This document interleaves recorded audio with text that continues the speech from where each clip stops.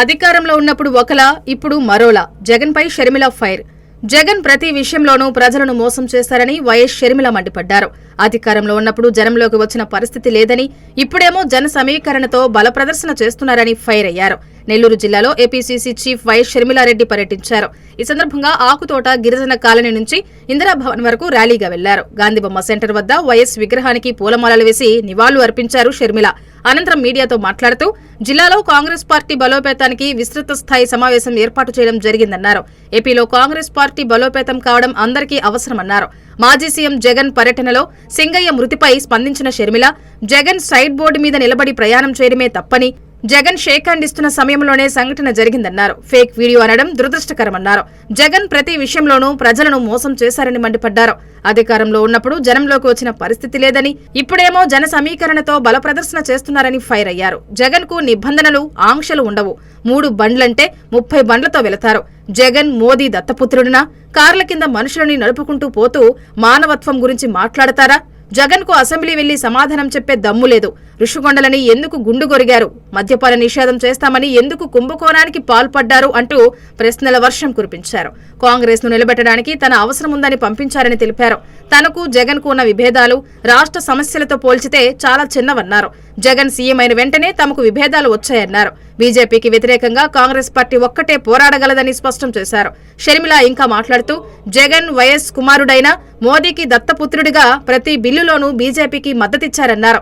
అదానీ, అంబానీలతో పాటు ఎవరికి ఏ మేలు కావాలన్నా చేశారని, మెడలు వంచుతానని చెప్పి తానే మెడలు వంచారంటూ వ్యాఖ్యలు చేశారు. మన రాష్ట్రానికి ఏ మేలు చేయని పార్టీ బీజేపీ అని విమర్శించారు. 15 ఏళ్లుగా ఏపీ ప్రజలను బీజేపీ వెన్నుపోటు పొడుస్తుందన్నారు. ఇప్పుడు పోలవరానికి డబ్బులు ఇస్తామంటున్నారని, అయితే పార్లమెంటులో ఒక్క ఎంపీ కూడా పోలవరం ఎత్తు 45 ఉండాలని ప్రశ్నించేవారే లేరన్నారు. న్యూఢిల్లీని మించిన రాజధానిని నిర్మిస్తామన్నారని తెలిపారు. అన్నదాత సుఖీభవ కింద రైతుకు 20,000 రూపాయలు ఇస్తామని ఇప్పటికీ ఇవ్వలేదని విమర్శించారు. 80 లక్షల మంది రైతులు ఉంటే 45 లక్షలకు కుదించారన్నారు. కర్ణాటక, తెలంగాణలో కాంగ్రెస్ ప్రభుత్వాలు మహిళలకు ఉచిత బస్సు బ్రహ్మాండంగా అమలు చేస్తుంటే ఏపీలో ఇప్పటికీ అమలు కాలేదన్నారు. ఎస్సీ, ఎస్టీ, బీసీలకు 50 ఏళ్లకే పింఛన్ ఇస్తామన్నారు. మిమ్మల్ని ప్రశ్నిస్తున్న మా నాలుకలు మందమా? ప్రజలని మోసం చేస్తున్న మీ నాలుకలు మందమా? వెంటనే అన్ని పథకాలు, హామీలను నెరవేర్చాలని వైఎస్ షర్మిల డిమాండ్ చేశారు. కాగా గాంధీబొమ్మ సెంటర్ వద్ద వైఎస్ విగ్రహానికి పూలమాలలు వేసి నివాళులర్పించిన షర్మిల, పక్కనే ఉన్న మహాత్మాగాంధీ విగ్రహానికి నివాళులర్పించడాన్ని ఏపీసీసీ చీఫ్ తో పాటు కాంగ్రెస్ నేతలు మరవడం చర్చకు దారితీస్తుంది. ఈరోజు కాంగ్రెస్ పార్టీ బలోపేతానికై నెల్లూరు జిల్లాలో కాంగ్రెస్ పార్టీ విస్తృత స్థాయి సమావేశం ఏర్పాటు చేయడం జరిగింది. దీంట్లో నెల్లూరు జిల్లాకు సంబంధించిన కాంగ్రెస్ పార్టీ నాయకులు, సీనియర్లు, కార్యకర్తలు అందరూ కూడా కాంగ్రెస్ పార్టీని ఎలా బలోపేతం చేయాలి, ముందు కాంగ్రెస్ పార్టీ కార్యాచరణ ఎలా ఉండాలి అన్న విషయాలపై చర్చించడానికి ఇక్కడికి కాంగ్రెస్ పార్టీ అధ్యక్షురాలిగా నేను రావడం జరిగింది. ఇది కాంగ్రెస్ పార్టీ ప్రతి కార్యకర్తకు కూడా వాళ్ళ సూచనలు, వాళ్ళ అభిప్రాయాలు లేదా వాళ్ళకున్న ఇబ్బందులు చెప్పుకోవడానికి ఒక అవకాశం, స్వయంగా పార్టీ అధ్యక్షురాలిగా నేనే వాళ్ళను వినడానికి, వాళ్ళకు కావాల్సిన భరోసా కల్పించడానికి ఇక్కడికి రావడం జరిగింది. రానున్న రోజుల్లో కాంగ్రెస్ పార్టీ బలపడటం చాలా అవసరం.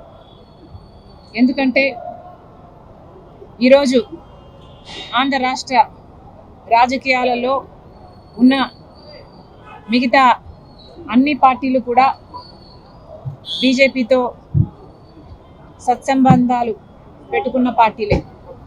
చంద్రబాబు గారు, పవన్ కళ్యాణ్ గారు కూటమి కడితే జగన్మోహన్ రెడ్డి గారి వైసీపీ అక్రమ పొత్తు పెట్టుకుంది.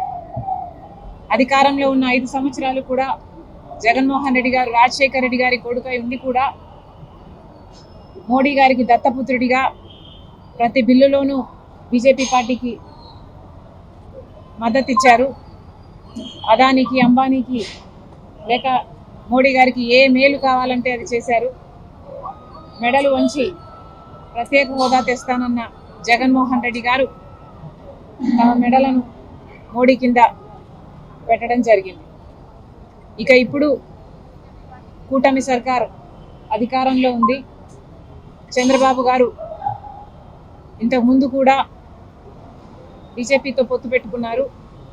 కానీ రాత్రి పడ్డ గొయ్యిలోనే మళ్ళీ ఇప్పుడు పగలు పడ్డానికి సిద్ధపడ్డారు చంద్రబాబు గారు. మన రాష్ట్రానికి ఏ ఒక్క మేలు చేయని బీజేపీ పార్టీకి మద్దతు ఇస్తూ ఈరోజు బీజేపీ పార్టీ అధికారంలో ఉంది అంటే ఒక స్తంభంలా నిలబడిన వాడు చంద్రబాబు గారు. కానీ బీజేపీ గత 15 సంవత్సరాలుగా మనకు మోసం చేస్తూనే వచ్చింది. ప్రత్యేక హోదా విషయం అయితేనేమి, లేక ఏ విభజన హామీ అయినా కూడా ఇంతవరకు ఒక్కటి కూడా నెరవేరలేదు అంటే దానికి కారణం బీజేపీ పార్టీ ఆంధ్ర రాష్ట్ర ప్రజలకు పొడుస్తున్న వెన్నుపోటు. ఏ ఒక్క మేలు చేయలేదు. ఇప్పుడు పోలవరం ప్రాజెక్టు కోసం నిధులు ఇస్తున్నాం అంటున్నారు. కానీ పోలవరం ప్రాజెక్టు హైట్ మాత్రం 41 మీటర్లకే వాటర్ స్టోరేజ్ కుదించి వాళ్ళు ఫండ్స్ ఇస్తామంటున్నారు. ఈ ప్రకటన పార్లమెంట్లో చేసినా కూడా ఆంధ్ర రాష్ట్రానికి చెందిన ఏ ఒక్క పార్లమెంటేరియన్ కూడా పోలవరం హైటు 45 మీటర్ల ఉంటేనే ఇది గ్రావిటీ బేస్డ్ ప్రాజెక్ట్ అవుతుంది, లేకపోతే ఇది లిఫ్ట్ ఇరిగేషన్ ప్రాజెక్ట్ అవుతుంది అని ఒక్కడు కూడా మాట్లాడలేదు అంటే ఎంత దురదృష్టకరమో ఇది ఆంధ్ర రాష్ట్ర ప్రజలందరూ గమనించాల్సిన విషయం. ఒక్కరికి కూడా బీజేపీకి వ్యతిరేకంగా మాట్లాడే దమ్ము లేదు. ఈరోజు ఒక రాజధాని విషయం చూసుకున్నా కూడా మనకు అప్పులు ఇస్తున్నారు రాజధాని కట్టుకోవడానికి. వాస్తవానికి విభజన హామీలలో ఒక హామీ రాజధాని పూర్తి నిర్మాణ బాధ్యత కేంద్ర ప్రభుత్వానికి. కానీ ఈరోజు వివిధ సంస్థల ద్వారా అప్పులు ఇస్తామంటున్నారు తప్పితే పెద్ద పెద్ద మాటలు ఇంతకుముందు చెప్పారు. న్యూఢిల్లీని తలపించే రాజధాని కట్టిస్తానన్నారు. కానీ ఇప్పటి వరకు కూడా ఒక్క మేలు కూడా చేయలేదు. ఆఖరికి విశాఖ స్టీల్ కూడా ఎప్పుడు ప్రైవేటైజ్ అవుతుందో అని బిక్కుమంటూ అక్కడ వాళ్ళు కూడా బతుకుతున్నారు. ఇప్పటికీ కూడా విశాఖ స్టీల్ ప్రైవేటైజ్ చేయబోము అని వాళ్ళు పార్లమెంట్లో చెప్పిన మాట వెనక్కి తీసుకోవడం లేదు బీజేపీ. ఇంత అన్యాయం చేస్తున్నా కూడా చంద్రబాబు గారు, పవన్ కళ్యాణ్ గారు అదే బీజేపీతో కూటమి కట్టారు. నిన్న సభలో చూస్తే కూడా వాళ్ళు గొప్పలు చెప్పుకోవడమే.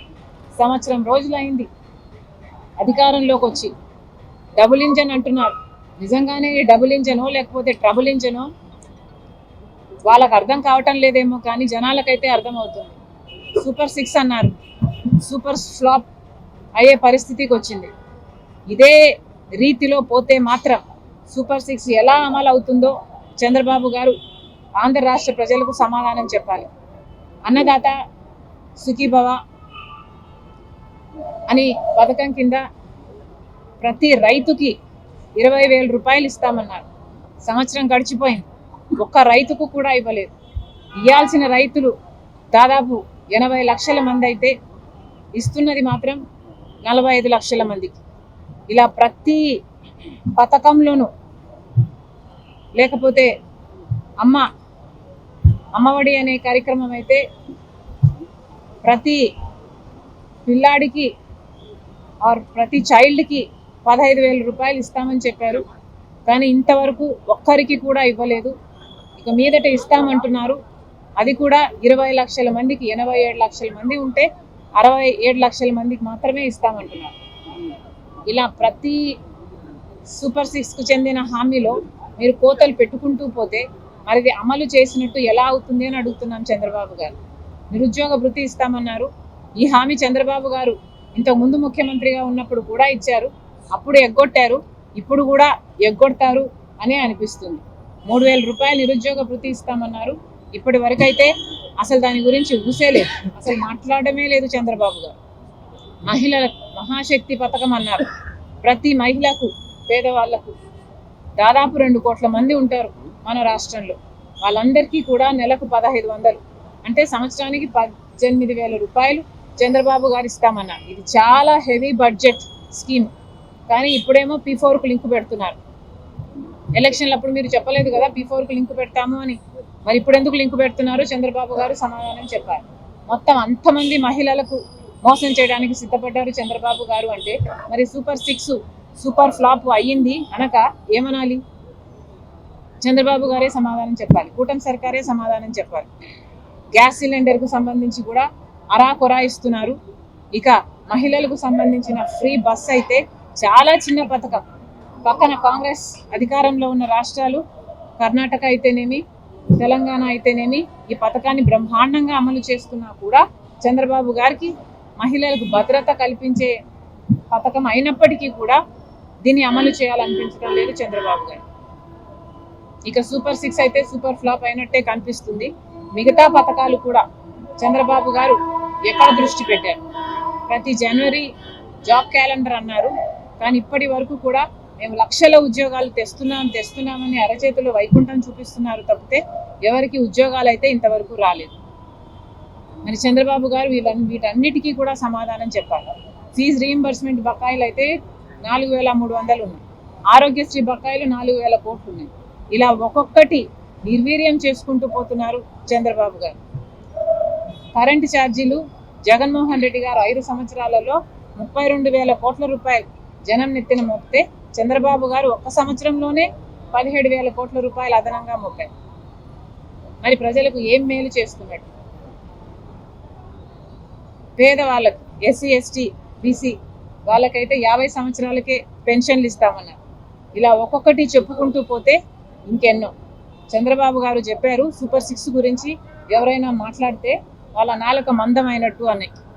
మేము ప్రశ్నిస్తున్నాం, నిజంగానే చంద్రబాబు గారు తమ గుండెల మీద చేసుకొని చెప్పారు, మిమ్మల్ని ప్రశ్నిస్తున్న మా నాలుక మందమా లేక ఇంతమంది ప్రజలకు మోసం చేసిన మీ నాలుక మందమా? ఆలోచన చేసుకోండి. మళ్ళీ కాంగ్రెస్ పార్టీ చంద్రబాబు గారిని డిమాండ్ చేస్తున్నాం, మీ పథకాలు ఇప్పటికీ అమలు కాలేదు. మేనిఫెస్టోలో ఒక వాగ్దానం ఇచ్చిన ఎలక్షన్లప్పుడు ఒక మేనిఫెస్టోలో కాకపోయినా కూడా ప్రజల ముందు ఒక మాట చెప్పినా ప్రజలు దాని వెంటనే మీరు అమలు చేస్తారు, వాళ్ళు ఓట్లేసిన వెంటనే మీరు అధికారంలోకి వచ్చిన వెంటనే అమలు చేస్తారు అన్న నమ్మకంతోనే ఓట్లేస్తారు. ఇలా సంవత్సరాలు గడిచిపోయినా వాటికి అమలు నోచుకోకపోతే మీరు ప్రజలను మోసం చేస్తున్నట్టే. మీకు అధికారం ఇచ్చి మీకు ఓట్లేసిన ప్రజల్ని మీరే మోసం చేస్తున్నట్టు. మళ్ళీ చంద్రబాబు గారిని డిమాండ్ చేస్తుంది కాంగ్రెస్ పార్టీ, వెంటనే అన్ని పథకాలను సూపర్ 6 అయితేనేమి, మీరు ఇచ్చిన హామీలు అయితేనేమి వెంటనే అమలు చేయాలని కాంగ్రెస్ పార్టీ డిమాండ్ చేస్తుంది. నిజంగానే ఇది సూపర్ 6 కాదు, ఇది సూపర్ ఫ్లాపే. చేయటం లేదేమో, అలా కూడా అయి ఉండొచ్చుగా. మరి మీరు చెప్తున్నారు కదా తాళీ బజావ్ అనే కార్యక్రమము సూపర్ 6 ద్వారా మేము ఇదే నెల్లూరులో చేస్తే మేము చేయలేదు అని మీరు అంటున్నారంటే మీకు అసలు ఇన్ఫర్మేషన్ లేదా? నేను మిమ్మల్ని అనొచ్చు కదా, మీరు సరిగ్గా కవరేజ్ ఇవ్వండి. అందుకే చెప్తున్నాను, ఇంతమందికి చెప్తున్నాను, మీరు సరైన కవరేజ్ కాంగ్రెస్ పార్టీకి ఇవ్వండి. జగన్మోహన్ రెడ్డి గారికి వ్యతిరేకంగా నేను మాట్లాడితేనే ఇగో ఇందాక మీరు అన్నట్టు అది మాత్రమే కాదు నా అజెండా. నాకు జగన్మోహన్ రెడ్డి గారికి ఉన్న విభేదాలు చాలా చిన్నవి. In the larger scale of things మాకున్న విభేదాలు చాలా చాలా చిన్నవి. కానీ రాజకీయాలంటే ప్రజలకు సంబంధించింది, రాష్ట్రాలకు సంబంధించింది, దేశానికి కూడా సంబంధించిన విషయం. ముఖ్యంగా రాహుల్ గాంధీ గారు ప్రధానమంత్రి అవ్వకపోతే దేశమేమో కానీ రాష్ట్రానికి మాత్రం తీరని అన్యాయం జరుగుతుంది. మన ఆంధ్ర రాష్ట్రంలో కాంగ్రెస్ పార్టీ రావాలి, కేంద్రంలో కాంగ్రెస్ పార్టీ అధికారంలో ఉండాల్సిన అవసరము ఆంధ్ర రాష్ట్రానికి ఇంకెక్కువ ఉంది. ఎందుకంటే విభజన హామీలలో ఏ ఒక్కటి నెరవేరాలన్నా బీజేపీ చెయ్యదు. చూసాం, గత 11 సంవత్సరాలుగా చూసాం, బీజేపీ ఒక్క హామీ అంటే ఒక్కటి కూడా నిలబెట్టుకోలేదు. ఈ హామీలన్నీ నెరవేరాలి అంటే కాంగ్రెస్ పార్టీ బలపడాలి. ఈ ఒక్క ఉద్దేశంతోనే నేను ఆంధ్ర రాష్ట్రంలో అడుగు పెట్టడం జరిగింది. నాకు పర్సనల్ డిఫరెన్సెస్ ఉండి నేను ఇక్కడ ఆంధ్ర రాష్ట్రంలోకి రావాలనుకోవాలి అన్నది నా ఉద్దేశం అయితే ఎప్పుడో వచ్చుండాలి. జగన్మోహన్ రెడ్డి గారు ముఖ్యమంత్రి అయిన వెంటనే నాకు జగన్మోహన్ రెడ్డి గారికి విభేదాలు మొదలైనాయి. అంటే నేను 2019లోనే ఆంధ్ర రాష్ట్ర రాజకీయాలలో అడుగు పెట్టాల్సింది, కానీ నేను ఎప్పుడు రాలేదు. నేను వచ్చింది ఎప్పుడు 24 బిఫోర్ ఎలక్షన్ ఇక్కడికి వచ్చాను. యాక్చువల్లీ 25లో వచ్చాను, 24లో వచ్చాను సార్. అర్హత లేదా? ఎందుకండి? నాకెందుకు లేదు? ఎందుకు లేదు? సమాధానం చెప్పాలి. నాకెందుకు లేదు మానవత్వం? నేనేం చేశానని నాకు మానవత్వం లేదు? మీ కార్ల కింద మీరు జనాలను టైర్ల కింద వేసి నలుపుకుంటూ పోతుంటే మానవత్వం గురించి మాట్లాడే హక్కు మీకెక్కడ ఉందండి? క్రియేట్ చేసుకోవాలని చూడటం లేదు. కాంగ్రెస్ పార్టీ ఆంధ్ర రాష్ట్రంలో బలోపేతం చేయటానికి నా అవసరం ఉంది అని నన్ను కోరితే నేను ఇక్కడికి రావటం జరిగింది. నిజానికి కాంగ్రెస్ పార్టీ ఉన్న పరిస్థితుల్లో, నేను ఎంటర్ అయిన పరిస్థితుల్లో ఇక్కడ ఏదో రాజ్యాలు ఏలడానికో కిరీటాలు పెట్టించుకోవడానికో నేనేం కాంగ్రెస్ పార్టీ అధ్యక్షురాలుగా పగ్గాలు చేపట్టలేదు. కాంగ్రెస్ పార్టీ అవసరమయ్యి కాంగ్రెస్ పార్టీని నిలబెట్టాల్సిన అవసరం ఉంది, అది నా వల్ల మాత్రమే అవుతుంది అని నాకు చెప్పి నన్ను కన్విన్స్ చేసి పంపించడం జరిగింది. కేవలం తెలంగాణలో ఆల్రెడీ కాంగ్రెస్ పార్టీ అధికారంలోకి వచ్చింది కాబట్టి అక్కడ నా అవసరం కనిపించక, ప్రస్తుతం నా అవసరం ఆంధ్ర రాష్ట్రంలో ఉంది కాబట్టి ఇక్కడ కాంగ్రెస్ పార్టీని బలపరచడానికి మాత్రమే ఇది నా నెత్తికెత్తుకున్నా నేను ఈ భారం. కాదు కాదు, ఒక నిమిషం. మాకైతే అన్ని ఆంక్షలు పెడతారు. విశాఖ స్టీల్లో నేను నిరాహార దీక్ష, ఆమరణ నిరాహార దీక్ష చేయబోతే నన్ను లిఫ్ట్ చేశారు. సూపర్ 6 కు చేయాలని, మేము ఆందోళన చేయాలని ఇంట్లోంచి బయలుదేరితే మమ్మల్ని అయితే హౌస్ అరెస్టులు చేస్తారు. కానీ వైసీపీకి జగన్మోహన్ రెడ్డి గారి అలాంటి ఆంక్షలు ఏమీ కనిపించడం లేదు. 3 బండ్లతో పోవాలి అంటే వాళ్ళేమో 100 బండ్లతో పోవచ్చు, 100 మందితో చేసుకోవాలి అంటే వాళ్ళేమో 1000 మందితో చేసుకోవచ్చు. వాళ్ళ బల ప్రదర్శన ఎందుకు అని అడుగుతున్నాం. వాళ్ళకు డబ్బులు ఉన్నాయనా? మోడీ దత్తపుత్రుడు అనా? జనాల్ని సమీకరించినట్టు పోలీసులను కూడా కొంటున్నారా? అందుకే అడుగుతున్నాం, ఏం జరుగుతుందో అర్థం కావటం లేదు ఈ రాష్ట్రంలోని. నిజానికి ప్రజల పక్షాన నిలబడి పోరాటం చేస్తున్న ఏకైక పార్టీ ఈరోజు కాంగ్రెస్ పార్టీ. మాకేమో అనుమతులు ఉండవు, మమ్మల్ని ఏమో హౌస్ అరెస్టులు చేస్తారు. కానీ ఇలా బల ప్రదర్శన చేసుకొని కార్ల కింద టైర్ల కింద జనాలను చంపేసే వాళ్ళకేమో అనుమతులు ఇస్తారు. ఏం జరుగుతుందని అడుగుతున్నాం. బీజేపీకి ఎదురుగా నిలబడే సత్తా ఉన్న ఏకైక పార్టీ ఈరోజు కాంగ్రెస్ పార్టీ మాత్రమే. మీకు అర్థమవుతుందో లేదో? మనకు ప్రత్యేక హోదా రావాలన్నా, మనకు ప్రతి విభజన హామీ నెరవేరాలన్నా ఈరోజు కాంగ్రెస్ పార్టీ అధికారంలోకి రావాల్సిన అవసరం ఉంది. కాంగ్రెస్ పార్టీ రాకపోతే ఈ వైసీపీ అయినా, తెలుగుదేశం అయినా, జనసేన అయినా ఇదే బీజేపీకి, ఇదే మోడీ గారికి జపన చేస్తూ ఉంటారు. ఆ మోడీ మనకి ఏం చేయకపోయినా ఆయనకు సాష్టాంగ నమస్కారాలు పెడుతూనే ఉంటారు. చెప్పాము, ఇది చాలా దురదృష్టకరము. ఒకటి, జగన్మోహన్ రెడ్డి గారు ఆ సైడ్ బోర్డు మీద నిలబడి అభివాదం చేయడమే తప్పు.